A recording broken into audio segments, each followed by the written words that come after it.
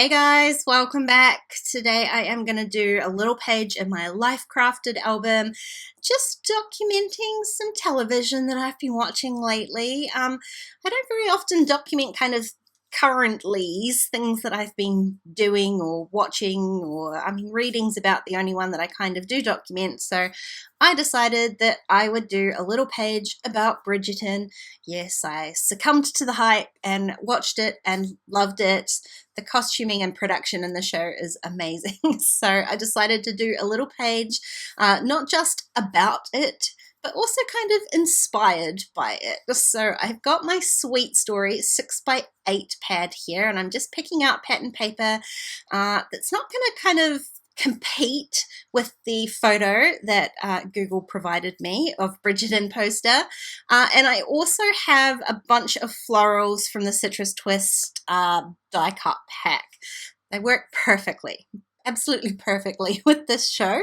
And so that's what I'm going to use. And then I'm going through my pad of cardstock here, just trying to pick out a color that one kind of, to me, represents the show. And I really did kind of think that sort of lilac-y blue color didn't have quite the perfect color of cardstock, so I'm going with this kind of lilac one. It's going to work nicely with my photo, it's going to work nicely with my background paper, it works nicely with the florals, it kind of represents the show, and with this cardstock I am going to make a little frame for my page. So I'm going to head over to the computer and show you how I do that.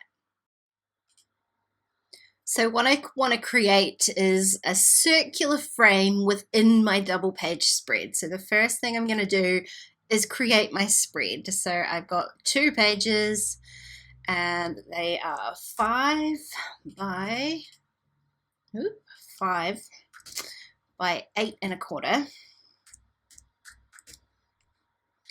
And then I can duplicate that and line this up, and that gives me my double page spread. Let's make this a little bit easier for you to see. So I've got my double page spread, and what I want to do is create a circular frame within the middle of it. So if I draw out a little circle frame here, and it's going to have that sort of striped pattern paper in behind it, I'm going to grab these 2 pages and just group it, and I can group my little frame together, and that will be the frame for my page. But I have a tiny issue I need to adjust first, in that the background paper that I'm going to use to fill my frame is only 6x8. So I need to make sure that this frame is going to allow me just a little bit of room. So I'm just eyeballing this, so it's under 6 inches high and under 6 inches, 8 inches wide. So that is actually the size of the frame that I can back with the 6x8 paper that I have. If you've got a larger pattern paper than that, then you certainly can make your frame larger. This is the size that I'm going to use. I am going to ungroup this. I'm going to duplicate my little circle. I'm just going to line those 2 back up again so that they are in the middle. And then I'm going to grab one of my ovals and one of my pages. I'm going to go to the modify palette and I want to subtract it. Then I'm going to grab my other oval and my other page. I'm going to subtract that too. And then I have my 2 page frames, and I can go ahead and cut that out with my silhouette. So I've got my frame cut out, and the first thing I want to do is back it with this pattern paper, but I'm not actually going to secure this in just yet. I just want to put this in place so that I can carry on and mark out the rest of my page. So I've trimmed that 6x8 page down in half so that I can align that up with the edge, and I'm just using a couple of pieces of washi tape just to hold that paper in place against the inside edge of that spread, just while I work out where everything else is going to go, because I do want to do some journaling on here, and I'm going to do that with my typewriter, and I prefer to just type that straight onto that paper. So I will kind of just mess around here, work out where everything is going to go first, and then I can do that and then go ahead and attach everything together. So I'm just kind of placing my florals and where that photo is going to go. My journaling is going to go on the left-hand page, so I have left plenty of room over there for that. I've got 3 blooms on my right-hand side and just 1 up on the left to kind of tie those 2 pages together. Now I'm going to use this currently stamp set and stamp out currently watching. I'm going to stamp that in black because in that Bridgerton photo there's a lot of blackness in there, and I do want to kind of add a bit more black into the rest of the spread just to kind of make that make sense. So I'm stamping currently watching. I am stamping in Pink Fresh Studio Detail Black, and I'm just going to carefully peel that washi taped pattern paper off and then go and run that through my typewriter and add my journaling. Now that I've got everything in place, I can go ahead and attach this pattern paper to the frame a little bit more securely than with my 3 bits of washi tape. I'm going to use my sewing machine to do that, and again I'm adding black by stitching with black thread. So I've just stitched around both half of those frames. At the top and the bottom it was a little bit tight. I probably could have made my frame a little bit smaller, but I was trying to make it as large as I possibly could, and so just to make sure all of that stays down nice and securely, I'm adding a little bit of washi tape. These full pages in my Life Crafted journal, I tend to adhere back to back with the next spread, so all of that washi tape is going to be hidden anyway, and that adhesive will sort of make extra secure on this spread anyway, so I think it's all going to be fine.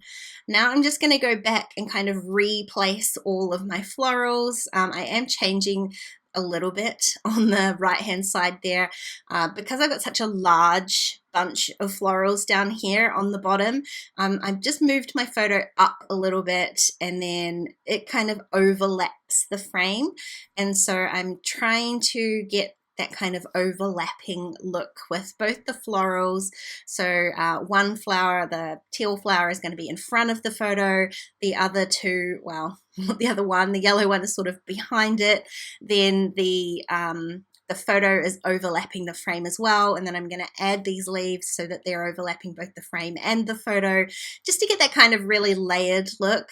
But apart from this, it is a pretty flat page, so that kind of visual layering is a nice effect there. I'm gluing down all of those florals with some scrapbook.com smart glue just because it gives me a little bit more wiggle room as far as moving things and overlapping things. I'm adding the floral on the left as well in that same way so that it overlaps the frame. Now you could totally leave this page here, but I'm gonna have to add a little bit of sparkle. I mean, I love a bit of sparkle myself, but also this page is supposed to be inspired by the show, and there was definitely a lot of glitz and sparkle in all of those pretty dresses, and so I think the sequins work really nicely to kind of just allude to that part of the show, the costuming and that sort of thing. I've got 3 different sizes and 3 different colors of sequins. I've got that sort of lavendery color, a little bit of that tealy blue from the floral, and some pretty little yellow ones.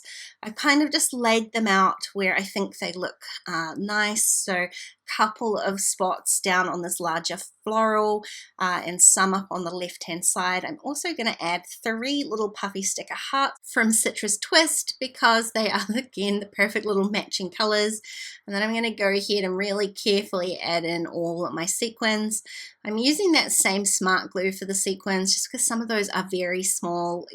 I often use glue dots for sequins, but I only have very large glue dots. They work perfectly for those large sequins, but not so great for these very small ones.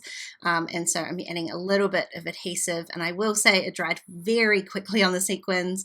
I have to be a bit careful when I use liquid glue like this because I tend to forget about it and then move the page and the sequins smear or fall off, but I did not have that issue this time.